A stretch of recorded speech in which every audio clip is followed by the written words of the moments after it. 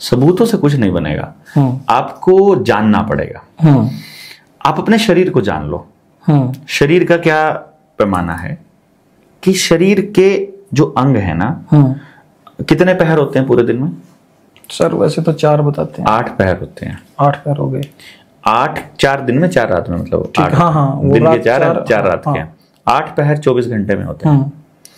8 के 8 पहर में हमारे शरीर के 8 अंग काम करते हैं। मतलब हर पहर का शरीर का होता है, वो हर पहर मतलब जो शरीर के उस अंग का होता है। ठीक है। उस टाइम पे शरीर के वो अंग सबसे ज्यादा एक्टिव होते हैं। लिवर का अपना काम है, मतलब इसका किडनी का अपना काम है, हार्ट का अपना काम है। इस तरह से हर एक उन चीजों का अपना अपना काम है। यदि आप उसको नहीं समझोगे और फिर किस मौसम में वो कितनी देर तक किसका काम ज्यादा हो जाता है, किसका काम कम हो जाता है, फिर किस तरह का खाना आपको खाना चाहिए। जो मैंने अभी बताया था आपको, मीठा खाना वर्जित है, तो आज के टाइम पे क्या खाना चाहिए? अगर आपको स्किन की एलर्जी से बचाना है तो आपको इस टाइम पर खाना चाहिए नीम। स्किन के लिए नीम खाओ। नीम। और इसी टाइम पे निमोली होती थी ना, नीम की निमोली खाया करते, खूब खाया करते। नीम उड़ा दिए गाँव से, काफी अच्छी लगती थी। आज नीम उड़ा दिए जानबूझ के, योजनाबद्ध तरीके से। आपके पास ऑप्शन ही ना बचे कि आप स्किन के डॉक्टर के पास जाओ। अदरवाइज हमारे त्योहारों में इतना गजब का आयुर्वेद छुपा था कि त्योहार आएगा, जब होली होगी, होली पर हम लोग जो भी खेलते थे वो किससे खेलते थे? कीचड़ और गोबर से। कीचड़ और गोबर से। भाई साहब, कीचड़ और गोबर गंदा नहीं होता। कीचड़ और गोबर मड थेरेपी का पार्ट है। इलाज करवाते हैं जाके गोबर लपेट के, बहुत मोटे पैसे दे के करवाते हैं, मड थेरेपी लेते हैं। हाँ, फागुन का आखिरी दिन होता है होली और फाग, और चैत्र की शुरुआत होती है। चैत्र में नीम खाना होता है, और स्किन की एलर्जी के लिए ये सबसे ज्यादा हैवी वो थमा होता है। तो स्किन के लिए जो बेस्ट खाने में है नीम, और लगाने में है गोबर। इसीलिए होली 2-3 दिन चलती थी, 3-4 दिन। कभी भी उठा के किसी को भी गोबर लगा देते थे, कुछ भी उठा करके लगा दिया था। वो इसलिए लगाया जाता था कि गोबर असल में वो आपकी स्किन को बचा के रखता था। बाद में जब रंग आए, उन्होंने स्किन खराब करनी शुरू की। तो होली पर स्किन खराब होनी शुरू हुई होली के रंगों से, पानी से, गोबर और कीचड़ से नहीं हुई। पानी से जुकाम हुआ, या फिर आप बाद में एसी में चले गए नहा धो करके, तब आप बीमार पड़े। जब तक आपने गोबर और कीचड़ से होली खेली है, तब तक आपको स्किन की बीमारी 0 थी। इसमें आयुर्वेद छुपा था। हमारे हर त्योहार में या तो अर्थशास्त्र छुपा है, या आयुर्वेद छुपा है, या ज्ञान छुपा है, परमात्मा छुपा है, पर आपको बताया ही नहीं गया। गांव के लोग तो आज भी ये मानते हैं सर कि हमारी नीम को तो दीमक खा गई। नीम को दीमक खा गई? हाँ, कि दीमक होने लगी जमीन में। दीमक कभी नीम को दीमक नहीं खा सकती कभी भी। यही नीम नहीं, वो आपको बताते हैं, जो ऊपर से आसमान से केमिकल छिड़का जाता है ना जहाज से, जो जहाज के पीछे वो पूंछ सी होती है, वो केमिकल एक बार नीम को खत्म करने के लिए आएगा, एक बार बरगद को खत्म करने के लिए आएगा, एक बार फलानी चीज को खत्म करने के लिए आएगा, एक बार डिमकानी चीज को, एक बार जानवरों पे एलर्जी के लिए आएगा।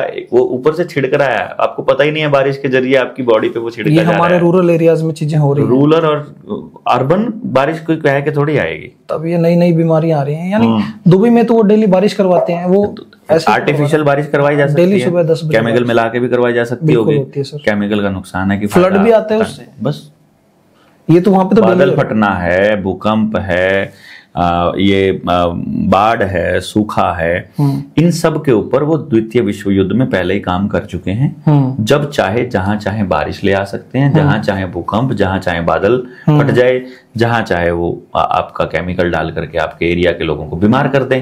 आपको कह देंगे नया वायरस आ गया। बड़ा गेम है ये। जो अगर हम एग्री की बात करें, जैसे पशुओं के बताया आपने कि नई नई बीमारी आती है, तो जो हमारे पशु हैं, आज किसान पशु रखना छोड़ गए, गांव में नहीं बचे। और अगर देखें आज जो पशुओं में भी इतनी सारी बीमारियां आ गई हैं, उनका रख रखाव इतना महंगा हो गया है, और लोग क्या सोच रहे हैं कि भाई अब पहले 4 भैंस रखते थे, 10 भैंस रखते थे, एक ही रख लो, और उसकी भी नस्ल का नहीं पता ये कौन सी नस्ल की है। बिल्कुल, ये हाइब्रिड भी है कि टिक्का दरबार क्या। हाँ, तो ये जो सिस्टम चला है सर, ये क्या कॉन्स्पिरेसी है, ये कैसे काम कर रही हैं चीजें? दूध नहीं बचा, आज जितने का हम खिला रहे हैं उनको, वो पूरे दिन में उतना दूध नहीं दे पा रहे। देखो जी, ये क्या है, मैंने आपको एक चीज बताई थी कि जैसे शिक्षा, स्वास्थ्य, न्याय, राजनीति, खेती और धर्म, इसमें खेती भी आता है। हाँ जी। खेती में और पशुपालन में, खेती और पशुपालन एक दूसरे के पूरक है। बिना पशुओं के खेती नहीं होती और बिना खेती के पशु न रखे कभी कोई व्यक्ति नहीं रखना चाहिए। नहीं रख सकता। तो खेती बोलो या पशुपालन बोलो, एक ही चीज बोलेंगे। हाँ, एक ही बोली जाएगी। तो इसलिए मैंने खेती बोला है, पशुपालन इस लाइन में नहीं बोला है। ठीक है। तो जब आप खेती करते हैं, खेती में मांसपेशीय ऊर्जा का इस्तेमाल किया जाएगा, वो खेती आपके लिए हितकारी होगी। ठीक है। इसलिए बाबा नानक ने भी किरत करने को बोला है, उन्होंने भी मेहनत करने को बोला है, कर्म करने को बोला है। उन्होंने भी जब किरत करने के साथ साथ उन्होंने ये भी बोला है कि मेहनत करके दब के वात, है ना, उनकी एक लाइन ऐसी, हाँ, रज के खा। हाँ, दब के वात रज के खा। हाँ, तो दब के वात रज के खा। हाँ, ठीक है। तो जब वो वाहने की बात कर रहे हैं, जब वो मेहनत करने की बात कर रहे हैं, तो उन्होंने जब वो विचरण करके आए तो बाबा नानक ने भी आते ही हल उठाया और बैल लेकर के वो खेत में गए, संदेश देने के लिए कि यही तुमको बचा सकते हैं, मशीनें तुमको बर्बाद कर देंगे। फिर उन्होंने सामुदायिक रूप से एक संदेश देने की कोशिश की कि कीर्तन करते रहना जरूरी है, तो गुरुद्वारों में वो चल रहा है, और बंट के खाना है, बंट के भी खाना, उन्होंने ये भी बोला है कि मिल बांट के खाना है, और समुदाय की मदद से लंगर 24 घंटे गुरुद्वारा साहब में चलता रहता है। इससे आपके कुछ पॉजिटिविटी, अपने अलग तरह की पॉजिटिविटी आती है शरीर के अंदर और समझ के अंदर। पशुओं पे आते हैं हम लोग।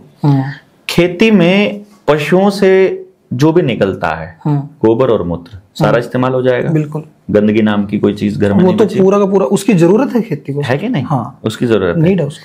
तो खेती से जो एक्स्ट्रा बचा, वो कोई भी चीज वेस्टेज नहीं है। देखो, उसकी पशुओं को जरूरत है, उसकी पशुओं को जरूरत है या आदमी को जरूरत है। कपड़ा कपास से, कपास खेती से, चमड़ा पशुओं से, पशु खेती से। अच्छा, जरूरत की सामान जितना भी सामान है, देखो लोहा किसी ना कहीं जमीन से निकलता है। ये पूरा साइकिल है, सारा साइकिल है। तो पशु को अगर आपने पालना है और फ्री में पालना है, उसके लिए 3 कंडीशन मस्ट है। कंडीशन नंबर 1, बल्कि इसको 4 कह सकते हो आप। कंडीशन नंबर 1 कि घर का एक व्यक्ति परमानेंट पशुओं के ऊपर बैठा हो, ठीक है, जिसको वो बाहर घुमा के लाने हैं और वापस घर में लाने हैं।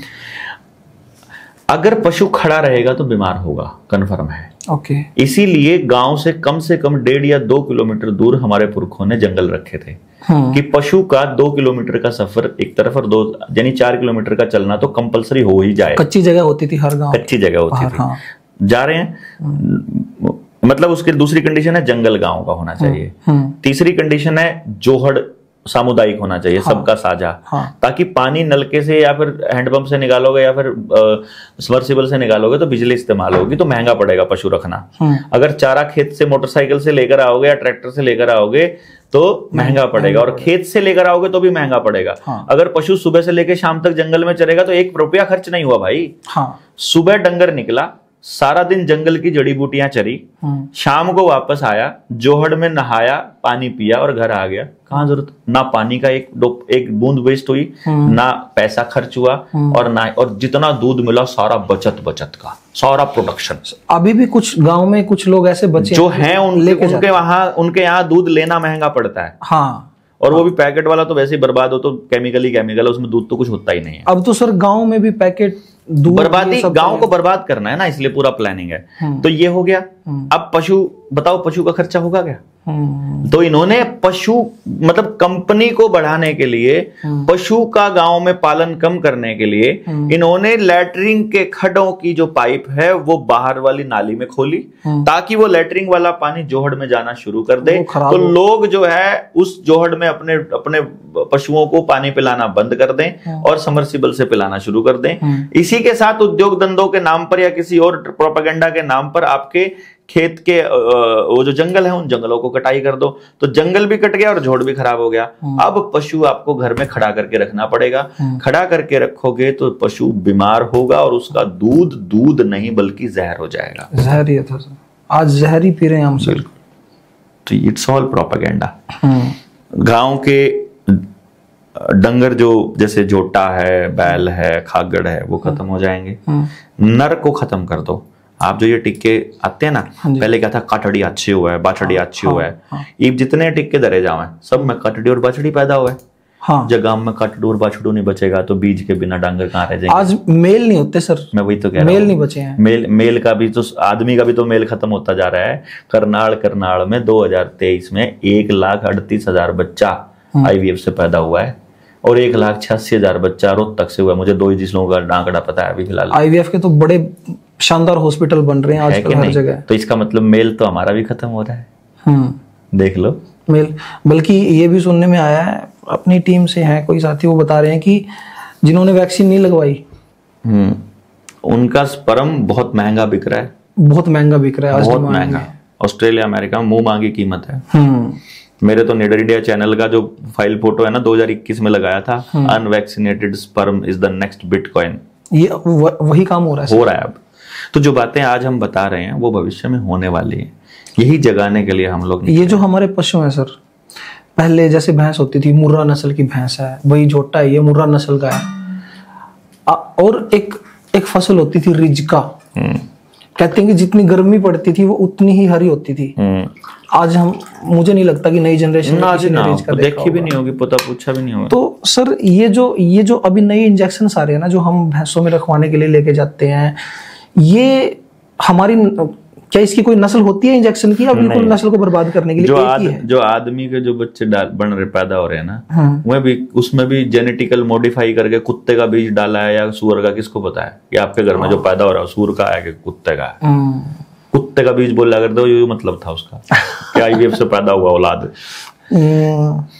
मतलब ये पूरा ग्लोब, जो पूरी धरती है, ये एक स्कैम पे चल रही है, जो बेसिक बात है। ना समझे के हिसाब से वो अपने हिसाब से चला रहे हैं, क्योंकि गांव के अंदर जिसका काम था समझ देने का, देखो या तो मंदिर में